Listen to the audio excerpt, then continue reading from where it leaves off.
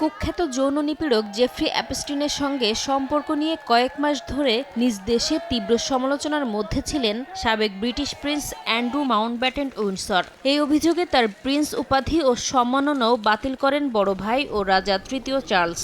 স্থানীয় সময় বৃহস্পতিবার সরকারি পদে থেকে ক্ষমতার অপব্যবহারের অভিযোগে পুলিশের হাতে আটক হন অ্যান্ড্রু। তবে সকালে আটক করা হলেও সন্ধ্যায় তাকে ছেড়ে দেয়া হয়। এদিন নরফোকের একটি পুলিশ স্টেশন থেকে তাকে বের হতে দেখা যায়। ব্রিটিশ গণমাধ্যমে প্রকাশিত একটি ছবিতে একটি গাড়ির পেছনে তাকে হেলান দিয়ে বসে থাকতেও দেখা যায়। এ ঘটনায় টেমস ভ্যালি পুলিশ জানায়, জেফ্রি অ্যাপস্টিনের মাধ্যমে এক নারীকে যুক্তরাজ্যে পাচার করে অ্যান্ড্রুর সঙ্গে যৌন সম্পর্কে জড়ানোর অভিযোগ তদন্তাধীন রয়েছে। এছাড়া যুক্তরাজ্যের বাণিজ্য দূত হিসেবে দায়িত্ব পালনকালে অ্যান্ড্রু অ্যাপস্টিনের সঙ্গে সংবেদনশীল তথ্য আদান প্রদান করার অভিযোগও তদন্ত করা হচ্ছে। অ্যান্ড্রুর বিরুদ্ধে আনুষ্ঠানিকভাবে কোনো অভিযোগ গঠন করা হয়নি। তদন্তের প্রয়োজনে আবার তাকে ডাকা হতে পারে বলে জানায় পুলিশ। তবে বরাবরই তার বিরুদ্ধে ওঠা অভিযোগ অস্বীকার করে এসেছেন সাবেক এই প্রিন্স।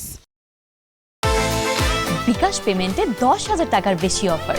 শপিং চলছে তো। এদিকে অ্যান্ড্রুর আটকের পর গভীর উদ্বেগ প্রকাশ করেন তার বড় ভাই ও রাজা তৃতীয় চার্লস। এমনকি তার আটকের ঘটনায় দুঃখ প্রকাশ করেছেন মার্কিন প্রেসিডেন্ট ডোনাল্ড ট্রাম্প। বলেন, এটি রাজপরিবারের ওপর খুব খারাপ প্রভাব ফেলবে।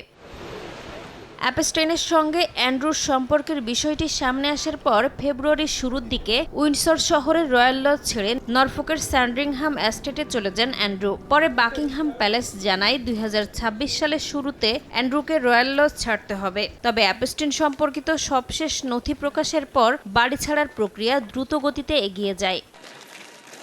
নাসরিন রুমি, সময় সংবাদ।